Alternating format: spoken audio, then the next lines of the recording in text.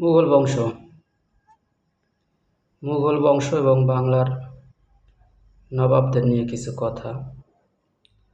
তো একটা বিষয় দেখেন যে আমরা জানি যে ভারতবর্ষে যে মুঘলরা এসেছিলেন, এই মুঘলরা ছিলেন উজবেকিস্তানের মানুষ।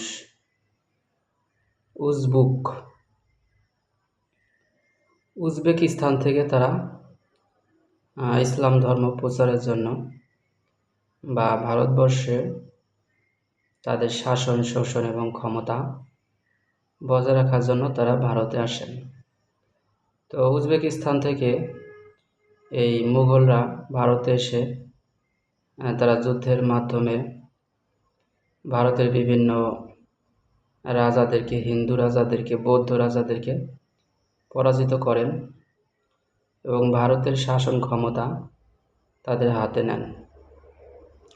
তো আমরা জানি মুঘল বংশের 7 জন শাসনকর্তা ছিলেন। এই 7 জন শাসনকর্তা তারা ভারতবর্ষ দীর্ঘ বছর শাসন করেন। সম্রাট আকবর থেকে হুমায়ুন পর্যন্ত 7 জন মুঘল সম্রাট ভারতবর্ষ শাসন করেন। তো তারা ভারতবর্ষ শাসন করতে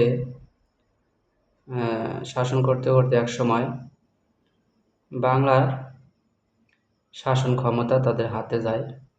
যদিও বাংলা ভারতবর্ষের অন্তর্ভুক্ত ছিল,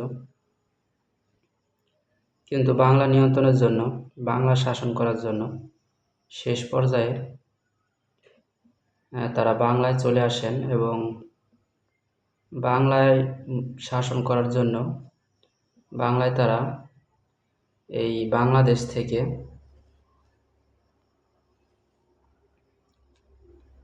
তাদের শাসনকর্তা নিয়োগ দেন। অর্থাৎ ভারতবর্ষ শাসন করার স্বার্থে বাংলাকে নিয়ন্ত্রণ বা বাংলাকে শাসন করার জন্য বাংলা থেকে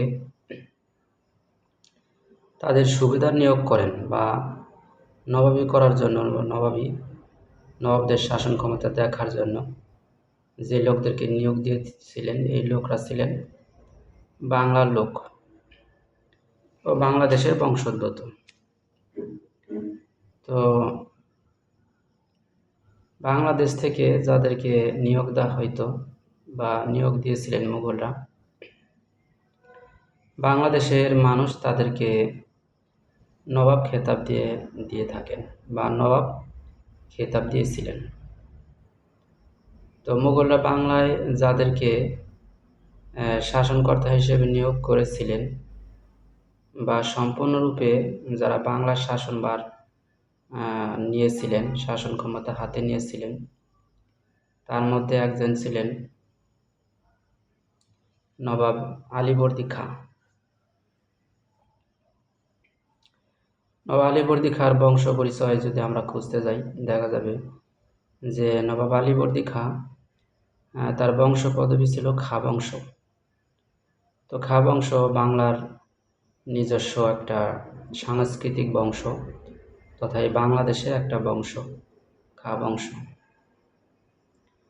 তো নবাব আলীবর্দী খানের জামাই পরবর্তীতে সিরাজউদ্দৌলা ছিলেন নবাব আলীবর্দী খানের, আমরা জানি যে নবাব